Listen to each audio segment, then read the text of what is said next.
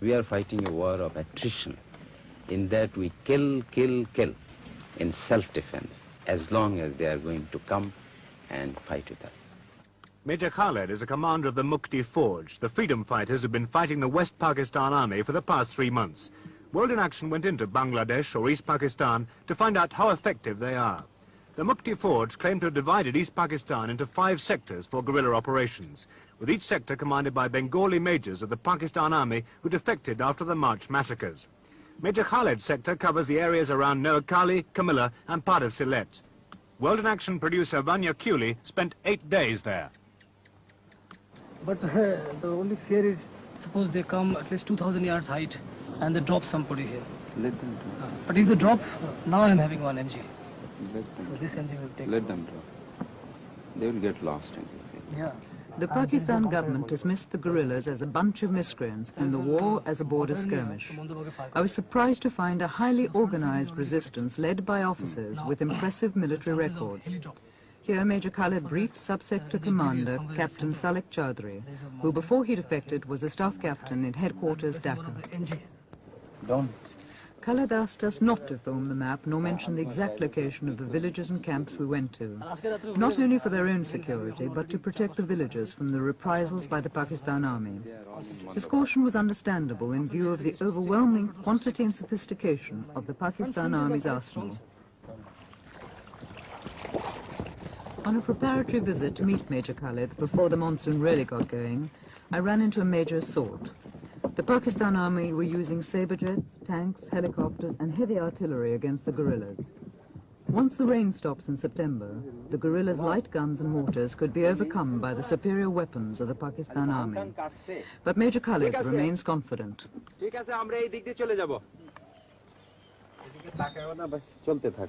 Major Khaled is 35, an officer with the Pakistan Army for 13 years, trained as a commander by the Americans.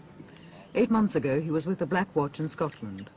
When he defected from the Pakistan Army in March, he brought most of his brigade, their Chinese weapons, and even their teacups with him. And you have heard yourself yesterday, the shelling, the rocketing by the artillery and the aircraft, and then tanks the other day when you went to Feni. But this is not border skirmishes. Border skirmishes means all small arm fire. But here a full-scale war is being conducted by the Pak Army. We intend to make the whole nation the fighting force. And the hardcore being provided by the regular troops, that is the Bengal Tigers. It has its good reputation of being good fighters, and it has fought well. The hardcore of the Liberation Army are professional soldiers, but thousands of students and peasants are joining them. There is little time for formal training, so they're sent to the front unarmed and untrained with the regular troops to get experience. And if they're lucky, a gun captured from the Pakistan Army. Ishaq, a 19-year-old student, took us with his patrol to inspect several villages. He's said to have killed 56 men. There was shelling yesterday, and one mortar shell landed here, 3-inch mortar, and it killed a cow, you know. And on that side of the village also, a few civilians were injured by fire from small arms. You see, shelling continues here almost all the time. And you've been very lucky enough not to have any shelling right now.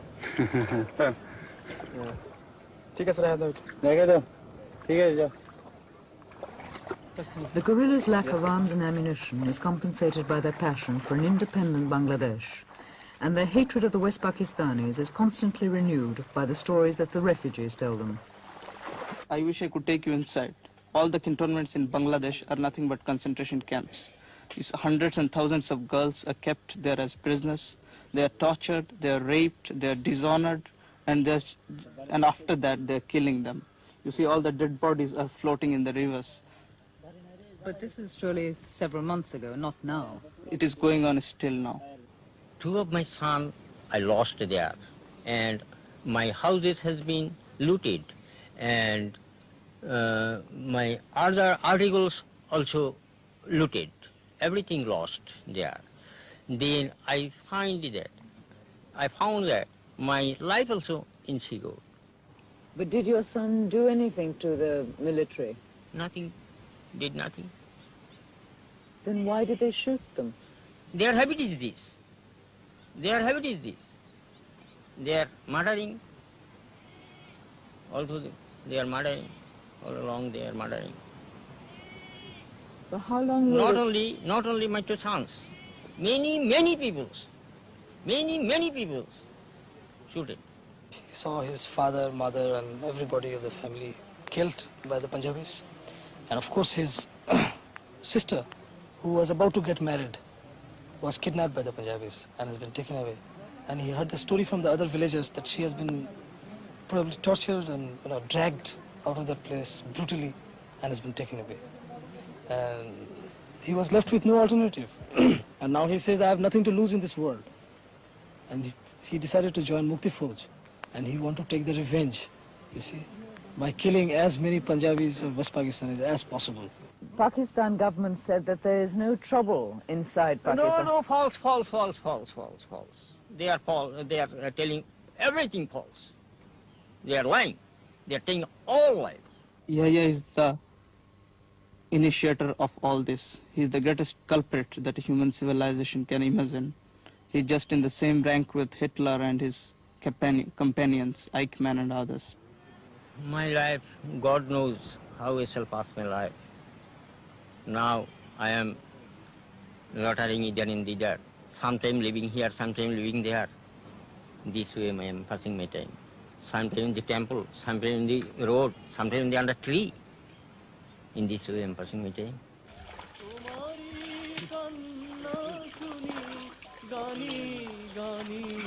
জলে ভাসে আমার দুনয়ন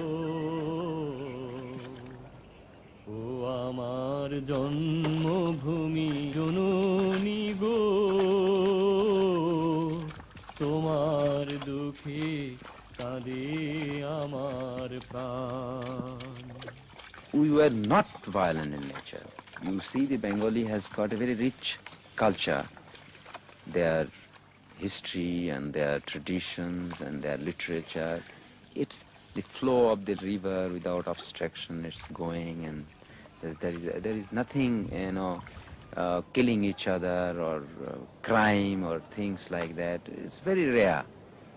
But only when the unarmed people are attacked by the butchered, and killing and raping and arsoning and burning and rocketing, and so therefore they didn't have any other option but to fight it back. You just take a cat when it cornered, it fights, though it is a very peace-loving animal. Things like that. It had happened with us. We didn't want to fight. We were forced. We are completely pushed to the place where we have to fight, and we will fight. There is no question of it. And people are ready for any sacrifice, and they will die. 1 million had died already. And I think if this thing continues, 5 million will die in war, and about 10 to 15 million will die of starvation.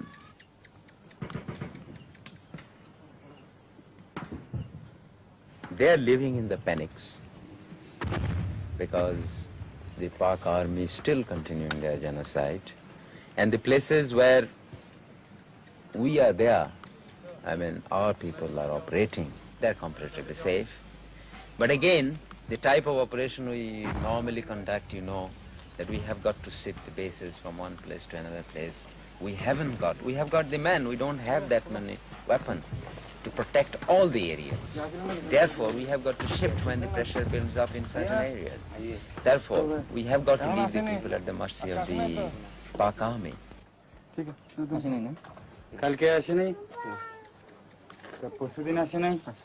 The guerrillas admit that some peasants collaborate with the Pakistan army, and I got the impression that they're dealt with briskly when they're discovered. But there was no doubt that most of the people I saw were united with the guerrillas. Despite the punishment the Pakistan army inflicts when it finds out, the villagers still continue to supply the Mukti Forge with food, shelter and information. We came across the charred remnants of the village. Like most people in Bangladesh, the people who lived here had voted solidly for the Awami League last December. The Awami League wanted East Pakistan to be free from the domination by West Pakistan 1,500 miles away. 98 East Pakistanis out of every 100 voted for them in a democratic election, but the West rulers refused the League's demands and decided to impose its power by force. What he says is they had first of all voted for Awami League, and that was one of their faults, and later on they have been feeding us the Mukti Forge, and that was their fault, and when they got them unarmed and no Mukti Forge was around, so the Pak army came in and just burnt off the village and killed a few of them. These people who were unarmed and couldn't put up any resistance, Pak army just came and slaughtered them and raped the women, burned the houses, and there are many villages sideways, just like this village. She says that the Pakistan soldiers came to her hut, dragged out her husband and killed him in front of her. She tried to throw herself onto their bayonets. Suicide is preferable to dishonor to a Bengali woman, but failed. At bayonet point, the soldiers raped her. There is no one in this world to look after me and my child. What can I do now? Where can I go? I go from door to door, begging people to give me something. I touch people's feet.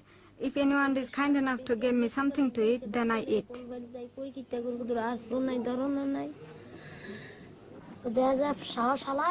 The soldier noticed my father was still breathing slightly.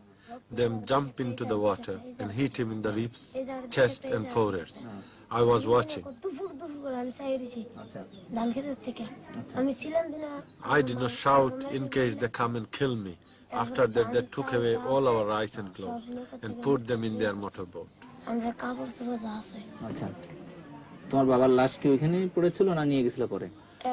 My father's body was taken away and buried.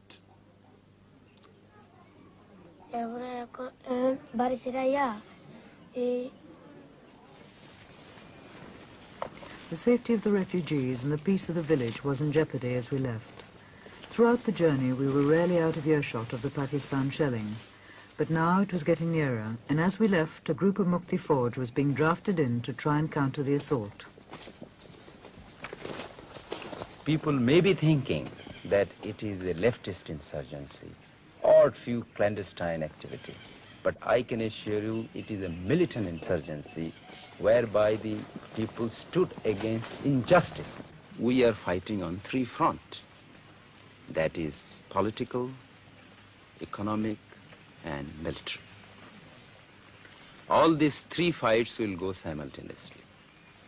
Politically, so far, as you have seen, that Yahya regime could not, and I am sure will not be able to form a government.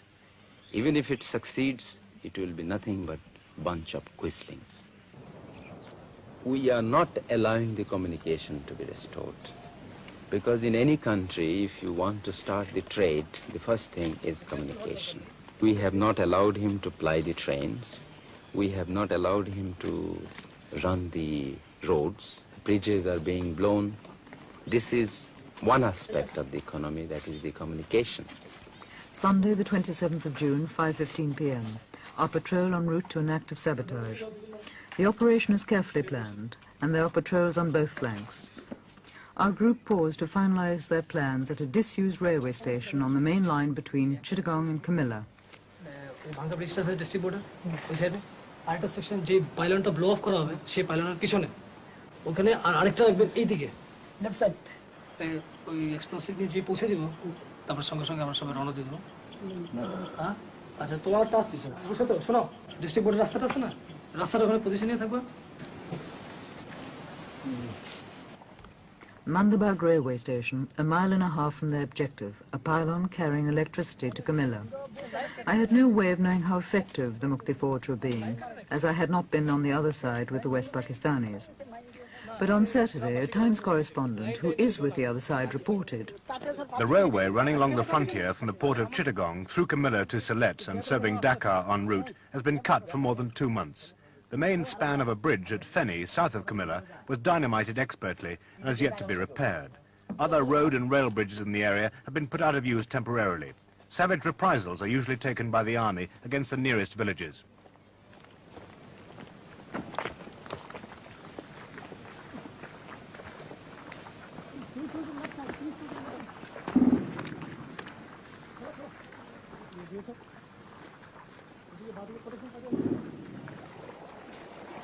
We are blowing off this pylon, you see, there's a double pylon, to disrupt the electricity and telegraphic communication between Kumela and Akhara.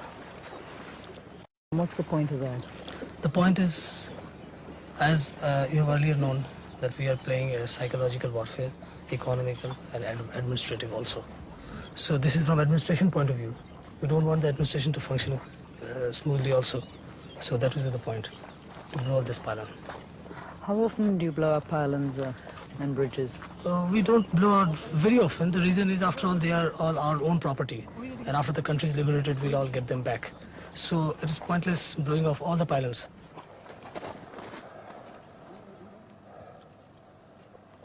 It's already time, huh? They have started off with the job, isn't it? Come on. Take it. BSF protection party ওদিকে লাগছে তো তো এই পাইলনটা safe তো এদিকে bridge লাগবে না ready আছে অনেক দেরি আছে তাড়াতাড়ি করতে তো না বৃষ্টি আসছে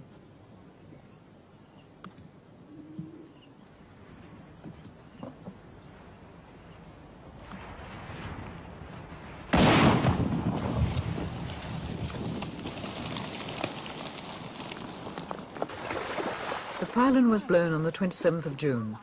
13 days later, last Saturday, the Times said, An electric power pylon was sabotaged so that Camilla was without electricity for some days. The supply has now been restored. Captain, could you describe the fighting in your sector? In my sector, it's just like fighting any other war. What do you mean? I know you are convinced, or probably you foreigners especially, you have been hearing a lot of news and propaganda by the Pakistan radio that it's just a border skirmish. But yesterday you have seen, you went with myself and you saw this 5mm howitzer, 25-pounder and 120mm mortars. They are all landing. In border skirmish you don't have that. And probably with that telescopic lens you might have seen some Pakistani troops also. Their bunkers deployed. And we are fighting a regular warfare. How can you call it a border skirmish? And I wish you go back and you explain to people this is a full-fledged war. And we are just holding in this base and we go and we play hell into them. I go inside, right inside, I go behind them, I go on their side, I go anywhere I feel like. I kill them. Captain, it's now 3 months since the fighting started. Yes. You've been existing on the ammunition and the weapons you brought out with you. How much longer can this continue?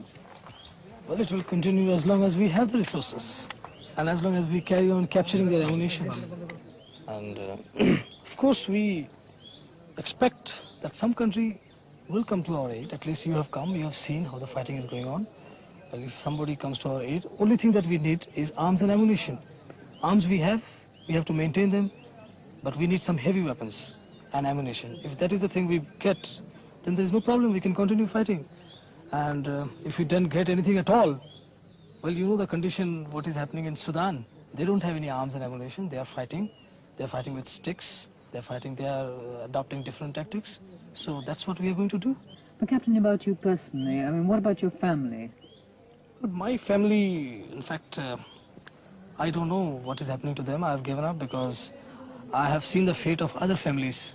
When an officer has deserted and joined this Mukti Forge, what happened to their families? They were all captured as prisoners and kept in the cantonment, and I don't know what has been done. So knowing all this, I ran away. You see?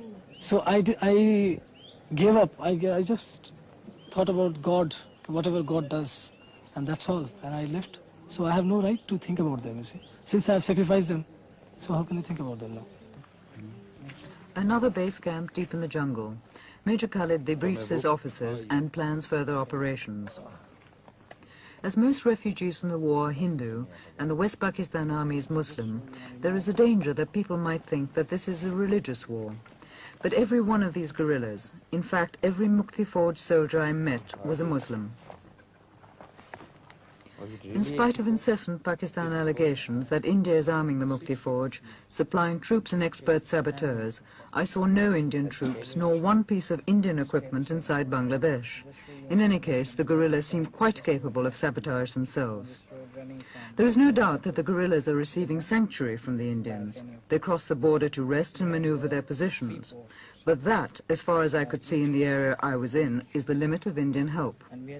The Pakistanis complain that they are being mortared and shelled by Indian guns across the border. The only shells I saw crossing the border were going the other way, from Pakistan guns. And the only mortars I saw fired against Pakistan army positions were plainly fired by the Mukti Forge from positions clearly inside Bangladesh. Into their position and right in between their positions, so then they sort of didn't know. Fire! Fire! Ready?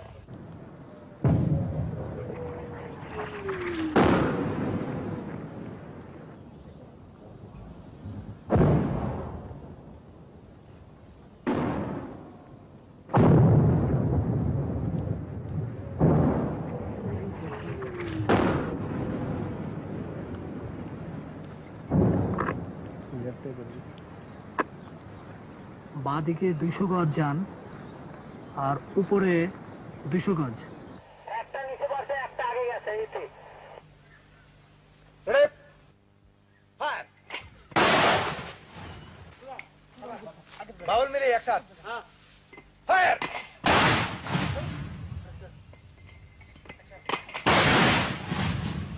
Center, center.